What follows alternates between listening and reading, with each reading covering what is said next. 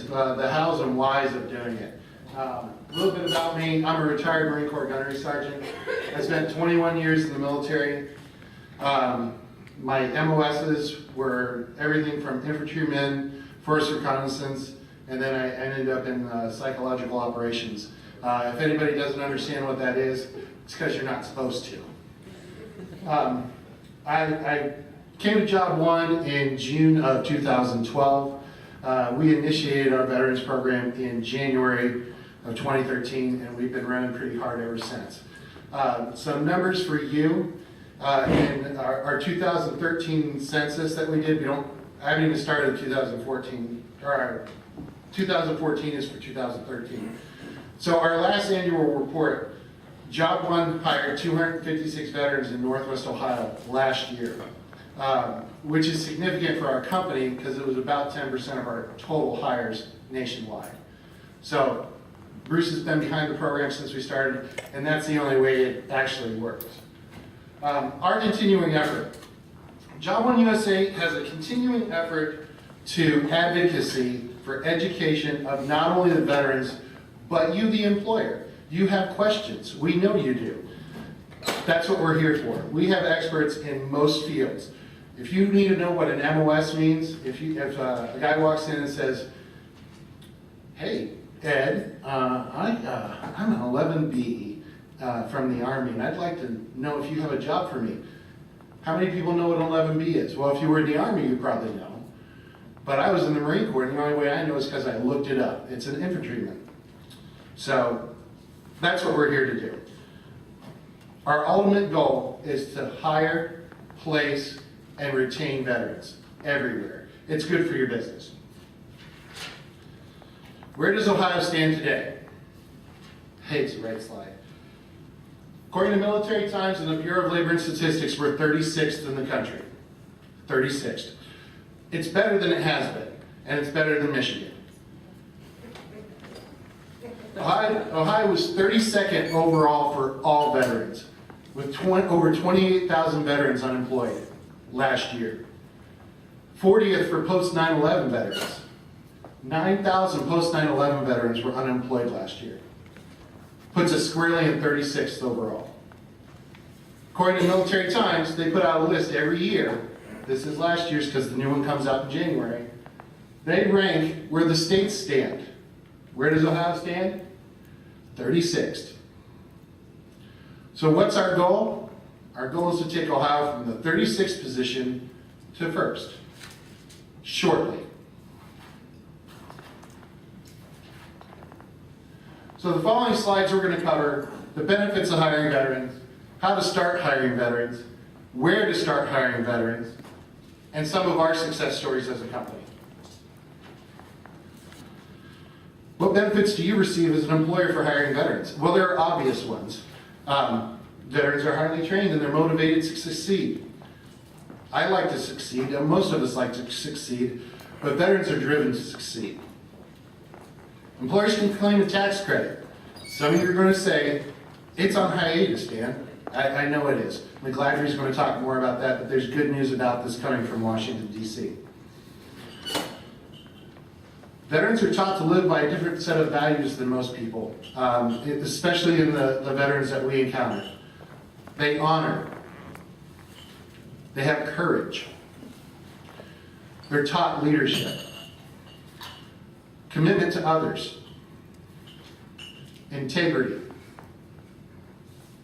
and selfless dedication. This is Kyle Carpenter. He's a young Marine serving in Afghanistan with his buddy on a rooftop LPOP. That's a listening post outpost, for those of you who don't know. He jumped in front of a grenade as it went off. It damaged his jaw. He lost his eye. He actually looks pretty good now, but he was pretty rough at the start of it. Happy-go-lucky young kid. And when they asked him why he did it, he said, well, he would have did it for me. And that's the selfless dedication that they give to each other and that we give to each other as veterans. Some of the key benefits to veterans, we have an accelerated learning curve. Veterans don't come into the military and learn to do one thing because you can't learn to do one thing. As an infantryman, if you're stuck out in the field and your Humvee goes belly up, That's a nicer way than we say it in the military. You need to learn how to fix your vehicle on your own, by yourself. Teamwork. When you interview veterans, and most of you, who's interviewed a veteran here? Everybody, right? When you interview a veteran, you don't get a lot of me statements. It's a lot of we statements. When they come to us, we try and teach the we out of them because they need to be a me. But it's very difficult. And once they ingrain themselves into your team, they are team again. And they will work and die for their team. Diversity and inclusion in action. In the military, we don't have a choice. You work with everyone equally. There is no one who is unequal to you. When we go to Afghanistan, as a PsyOps guy, my job was to understand the local populace and to fit in with them. I grew a beard. I looked a lot like that guy over there with that beard. But our job was to be inclusive with the Afghani population. That's what they're going to bring to your company. They're not going to, ouster someone because they look funny or smell funny. Well, smell funny, yeah, but not because they look funny. Efficient performance under pressure. If you're looking for a truck driver and he's done a tour in Afghanistan or Iraq, that's a guy who's taught how to look for wires that cross the road or dirt that's been scuffed awkwardly. It's minute details he pays attention to. He's going to see that red Geo cut him off on 75. He's not going to plow him over. Veterans come into your businesses understanding process. Process and procedures. They understand that a business will fail or the military will fail without process and procedure. Technology and globalization. I want to tell a quick story. In 2001, airplanes ran into the World Trade Center. About 3 months later, I find myself sitting in Kandahar. This guy that I'd never seen before, wearing a funny hat and a beard, walks up to me and says, "Here, wear this wristwatch." And I look at this wristwatch, and this is in 2001. And it's a GPS locator that now people are buying from Apple or wherever that will tell you where you're at and you can take phone calls on it. This was 10 years ago, 15 years ago. The military's ahead of the curve on a lot of technology. Veterans are going to come in, they're going to look at your machines, they're going to say, "Oh yeah, I got this." And even if they don't got it, they'll figure it out fairly quickly. How to start hiring veterans. This is where the meat and potatoes is. I want everybody to pay attention, because this is the important part. You start here today, right now. You make a meaningful commitment to seek out and hire qualified veterans. In the state of Ohio, we have this little thing called House Bill 488. If anybody's unfamiliar with it, go to the internet and look it up today at the end of the program. House Bill 488 allows you to give a veteran a preference to hire them. If all things are considered equal between two candidates and one's a veteran, our company will hire the veteran every time. No ifs, ands, or buts about it. We're going to talk about transitioning military. In the next 2 years, the United States military is going to retire or alleviate 500,000 troops and their families. What this means for Ohio and the United States is that in the next 2 years, 800,000 workers are going to hit the streets looking for jobs. What's it mean for the unemployment rate for veterans? It means it's going to go up again. Unless we are proactive on the front side in seeking out these qualified candidates to fill our open positions.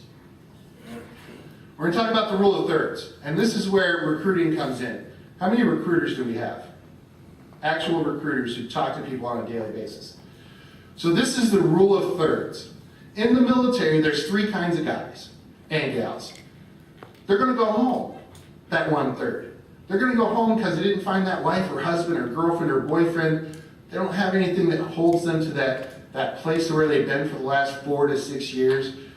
And they just want to go home because mom and dad's couch is a lot more comfortable than, the backseat of their Vega. So that's their plan. We're not interested in these folks unless they're coming home to Toledo. Because, mom and dad's couch, it's in our backyard. There's a third that's going to stay put. Those are the people who found their wife and girlfriend, husband, boyfriend, or both. And they're going to stay right by the post, within 20 miles of the post, because they love the military lifestyle and that's where they want to stay. And unless you're within 20 miles of a military post, these folks don't concern me. And then there's that last group, and this is the most important group, because they're the smartest group. They're the people that are open to going to a place that will support them and their families and provide them with a fantastic living opportunity. How do we reach these people? We have to go to them. At the end of the program today, I'm going to go back to the office. Actually, I'm going to have lunch with my wife. Then I'm going to go back to the office and change. And I'm going to get on a plane this afternoon, and I'm going to fly down to Fort Campbell, Kentucky for a job fair tomorrow. Because 33% of those people are going to be opening to travel to Toledo, Ohio to take jobs that we might have available for them. And that's what you have to do. You have to establish contacts within the military. Margaret Szymanski is the TFAC for Toledo. How many people here know Margaret? And everybody who raised their hand is military. Margaret has people who come to her and say, Margaret, I need a job. And Margaret calls me, and then I put them out to work. How many people let me rephrase that. How many of the people have you sent that I've gotten jobs for? 8 people. You want a military person? You can call Margaret or you can call me, and I'll put them to work for you right away. So you have to start those relationships right away. If you can't find those relationships, I can help you establish them. Our company can help you establish them. Call an expert. There are free services out there. There are paid services out there. There are people, it's their job to understand an MOS correlation to your job titles. An MOS is military occupational specialty. The folks at the source, you can call me. I'll give you a one-off every day of the week. If you call me and ask me what something is, I will let you know. If you can't find anything for free, that's my phone number. You'll see it again, so don't scribble real quick. Melissa will give you my business card. Well, let's talk about our success stories. We've got 3 of them, and I'm going to move fairly quickly because we got to get into our break and then our presenters this afternoon. Wow, the projector is really bad. If you look at the screen on the computer, it's a really good picture. This is Jared Schleicher and Richard Amos. Jared is Army. He did 2 tours in Afghanistan. Richard is Navy. He did 1 combat tour on a ship in the IO, Indian Ocean. The other folks in the picture are Jay Driftmeyer and Emily Massaro from Master Chemical, and that really pretty gentleman on the other end is Bruce Rumpf, my boss. That should have got a bigger laugh. On this day, Jared and Richard were being transferred off our payroll. They were some of our initial veterans that came to us, and we focused on them as veterans to place them. In this ceremony, we gave them a plaque and our Veterans Honor coin. Jay and Emily were going to be here today, but their boss just got back from China, so they were getting back to that. But the success in this story was they came in, they had temporary people in these jobs for 2 years and hadn't made a single hire over 2 years. These guys were there for 90 days and got hired in and are still there, and Jared's now a supervisor out there. You're hiring leadership when you hire veterans. We're going to talk about Gary. To protect Gary's privacy, he's asked that we didn't use his last name, and his real name's not even Gary. We met Gary at an event last year. Gary was a veteran and happened to be living in a storage unit just south of Bowling Green. Gary came to me and said, "Hey, I'm an electrician. I have all my tools. They're in the storage unit. I can get them tomorrow." We worked with Gary on the front side to ensure that Gary was ready to go to work. We made sure that Gary had ample opportunity to shower and do the things that he needed to do. We're not social workers. We got Gary a job at a client of ours down in Bowling Green making $17 an hour. Gary still works there today. He transferred off our payroll. Spoke to him last week. He's making $22 an hour now, and he lives about a block and a half from us, my family. It's a success story for us because we didn't make a lot of money off of it. We make money off of almost everything we do, but we didn't make a lot of money off it. But we helped this guy get back on his feet. And only after the fact did I find out that Gary had a wife and two preteen daughters that were living out there with him. So it's a very personal story to me because, you know, this guy was in a place that we all could have been as veterans fairly quickly. Before I do question and answers, there's one more success story I want to tell you about. When I came to Job 1 in June of 2012, I interviewed with Stacy and a bunch of people. And they fully understood that as a veteran, I was a different kind of guy.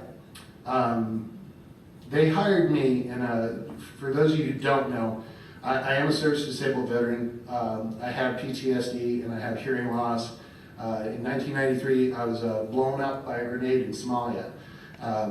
I have bad days, I have good days, and all I have to do is walk into Bruce's office or Stacy's office, and they will work with me on a daily basis. And that's what I'm asking you to do. I'm asking you to work with your veterans. If you don't know what you're doing with them, call me. I will help you. Does anybody have any questions about hiring veterans? Because I will answer them now, or we can wait until the end. That's my phone number.